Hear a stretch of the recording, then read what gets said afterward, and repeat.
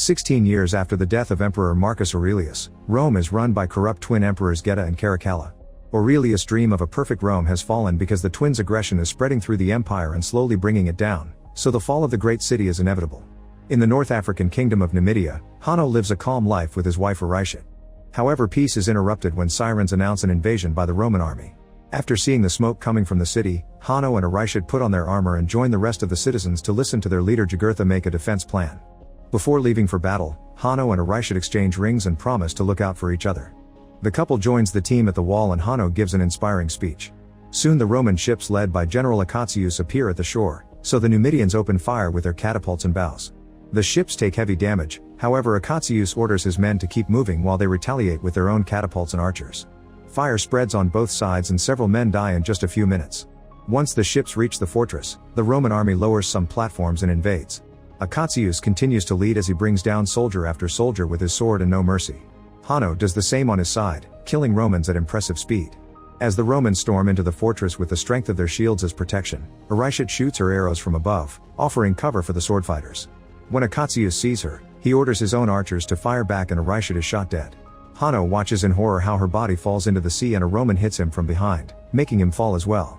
While unconscious, Hanno watches the mythical ferryman take Aurishid into the afterlife. He tries running after her as he desperately screams her name, but at that moment his body resurfaces and he wakes up. Nearby he finds the dead body of his wife, so he cries as he takes the arrow from her chest before the Romans capture him. Afterward Acatius claims the city for Rome while his men burn the bodies. All the citizens including Hanno get burning brands on their bodies, marking them as slaves. Next the slaves are sent to Rome in the ships. During the trip Hanno notices Jugurtha has a serious wound and helps him wrap it up. Jugurtha thinks he doesn't have much time left and remembers the day he found Hanno as a lost child in the desert. This triggers a memory in Hanno's mind. He was a kid living with a good family, but his mother sent him away when the Romans attacked his home. Eventually the ships arrive at Ostia, the port of Rome. Acatius is received as a hero and the twin emperors crown him with laurels. He asks for a break from war to spend time with his wife, but the twins announce that they'll be invading Persia and India next. The slaves are taken to Antium on the outskirts of Rome, where Macrinus oversees the gladiator training. Jugurtha, Hanno, and a few other slaves are released in a practice arena, where they must fight a bunch of feral baboons. Hidden soldiers shoot darts at the baboons to make them more violent and soon these beasts are jumping on the slaves to kill them with their teeth. Jugurtha refuses to fight and drops to his knees as he waits for the end. Hanno wants to save him from the creatures, but it's too late and Jugurtha dies. When the baboon comes after Hanno, he stops it by putting his chains in its mouth and biting its leg. Then he chokes the baboon to death with his chains, which impresses Macrinus to the point he decides he'll buy Hanno. Afterward Hanno and his friends are sent to the barracks with the rest of Macrinus' slaves, who mock Hanno by making baboon noises. Once the slaves are fed, they're taken to Macrinus so he can judge the new recruits. Hanno refuses to speak so Macrinus orders gladiator trainer Vigo to fight him. At first it looks like Hanno has a disadvantage, but soon he recovers and fights back with impressive skill to defeat Vigo. Then Hanno is sent to the private chambers, where Macrinus explains he chooses gladiators for their rage and Hanno has lots of it.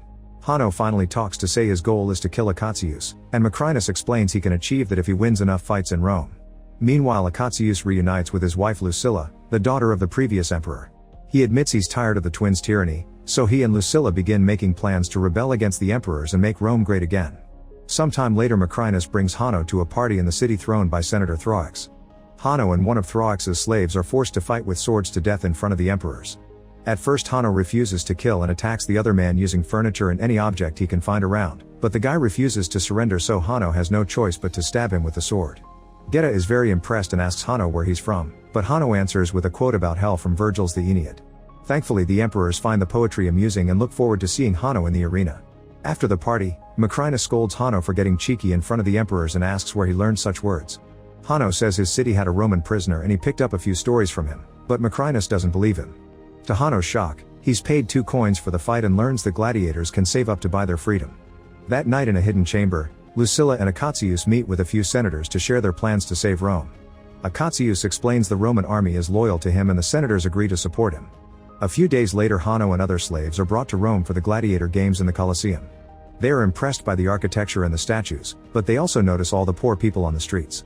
Macrinus meets with Thrax and they agree to double their bets. At the Colosseum, the emperors receive Acatius and Lucilla on the main seats and the crowd chants the general's name.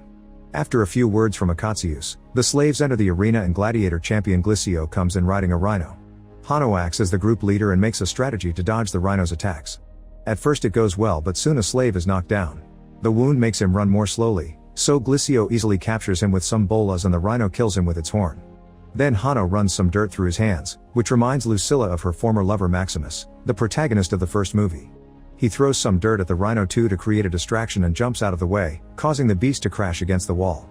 Glissio falls off the rhino and gets injured, but he can still move and goes after Hanno. As the men fight and beat each other up, Geta remembers the quote Hanno shared at the party and Lucilla takes it as another clue. Hanno and Glissio continue to fight fiercely using any weapon they can pick up around the arena. When Glissio manages to knock Hanno down, Caracalla chooses blood, but Lucilla asks for mercy.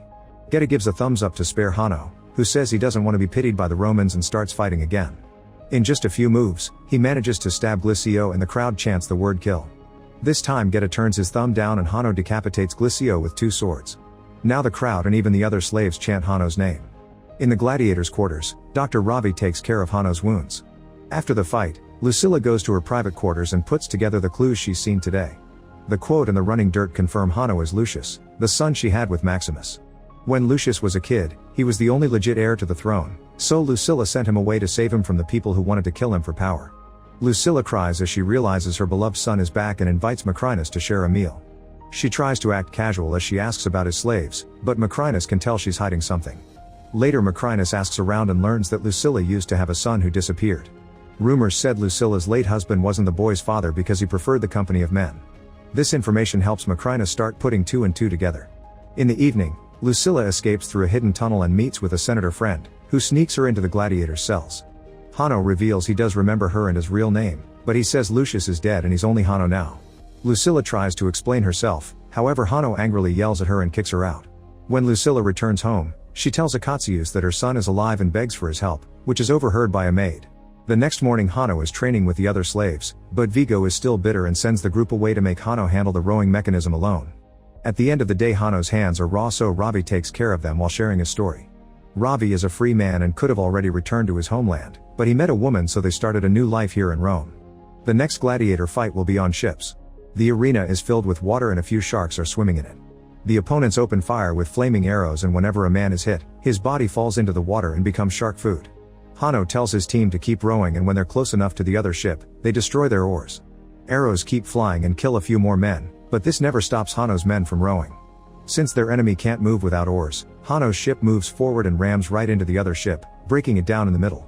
Then Hanno and his men jump on the enemy's boat to start killing them one by one. More bodies fall into the water as the broken ship is pushed against the wall, putting Hanno near the main seats. He grabs a crossbow and shoots at Akatzius, but a fighter pushes him at the last second and he misses. The arrow lands between the twins, who think this was a personal attack. After the fight, the slaves chant Hanno's name again.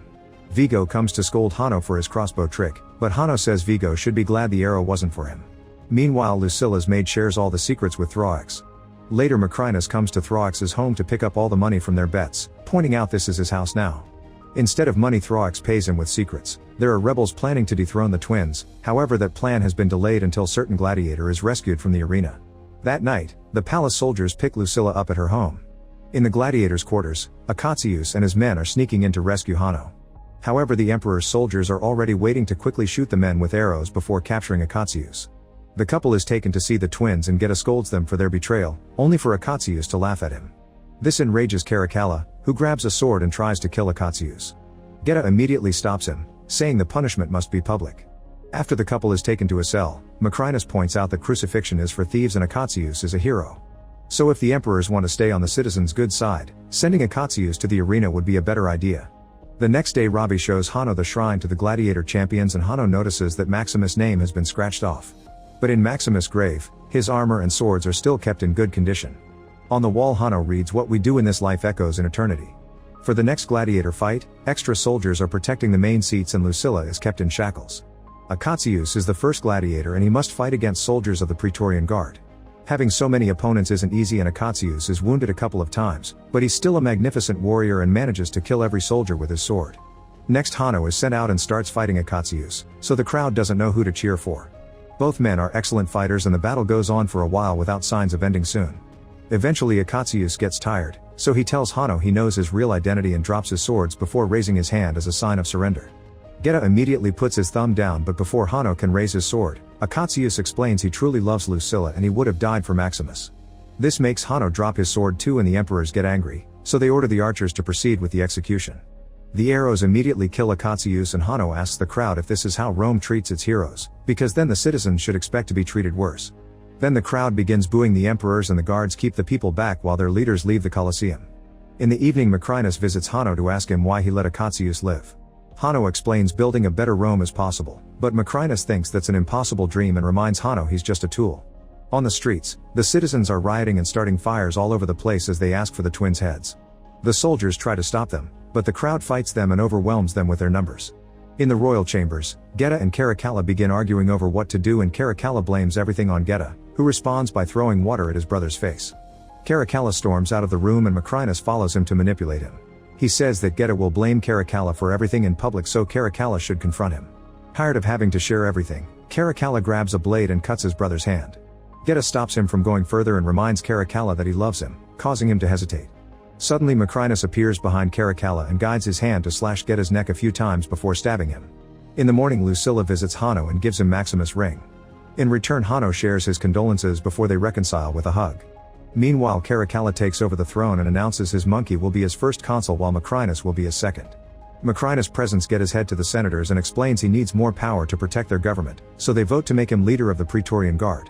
Afterward, Macrinus visits Lucilla to tell her that he used to be a slave for her father, and now he plans to end the imperial bloodline by becoming emperor himself. At the same time, Hanno gives the ring to Ravi, asking him to take it to Akatsuus' army in Ostia. Before leaving, Ravi gives Hanno the cell keys.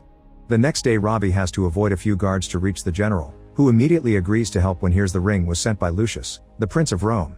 At the Colosseum, Vigo announces this will be Hanno's last fight and shows him the wooden sword of freedom, which he can win if he defends his mother. Suddenly, Hanno opens the cell door and knocks Vigo down before slowly killing him with the wooden sword. The other slaves also come out of their cells and quickly kill all the guards who try to stop them. While the slaves open the way, Hanno goes to his father's grave to take his sword and armor. He still has the arrow that killed Arishad and tells it to wait for him. Afterward, Hanno gives an inspiring speech to the slaves, who all agree to fight for their freedom. Then he enters the arena and finds Lucilla tied to a post surrounded by rebel senators while the crowd chants his name. Royal soldiers enter the arena too, and the crowd boos them, but before they can attack, the slaves rush in to help Hanno fight with fair numbers. As a fierce battle ensues, Caracalla gets excited, but Macrinus is frustrated and tells a commander to call the cavalry. However, this can't be done because the cavalry is protecting the city since Akatsuus' old army is coming from Ostia to invade.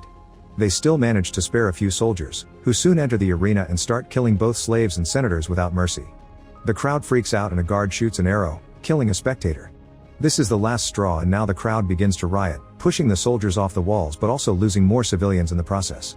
While everyone is distracted, Macrinus uses the chance to kill Caracalla by inserting a bodkin into his ear. In the arena, enough soldiers have been killed to create an opening, and Hanno tries to rescue his mother. At that moment, Macrinus shoots an arrow that pierces Lucilla's heart, so she gives Hanno her last words of encouragement before dying. Afterward, Macrinus leaves on a horse to join the army at the gates, so Hanno steals a horse to follow him. Minutes later, the Praetorian Guard meets Akatsuus' army led by Ravi outside the city. Hanno appears in front of Macrinus and introduces himself as Lucius, the real heir to the throne. He tackles Macrinus to throw him off his horse, and the men begin fighting with his swords. Macrinus turns out to be a fearsome opponent who manages to break Hanno's sword and keeps him short-sighted by throwing dirt at his face. Then Macrinus pushes Hanno into the river and starts stabbing, but the sword keeps bouncing on the armor.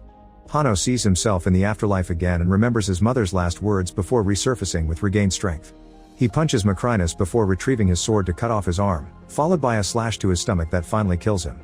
After the body floats away, Hanno reminds the armies of his grandfather's dream of the perfect Rome. All the soldiers chant to show their support and agree not to fight anymore. That night, Lucius goes to the arena and takes some of Lucilla's blood before picking up some dirt in his father's name. Make sure to subscribe and turn on notifications so you can watch more videos like this. Thanks for watching.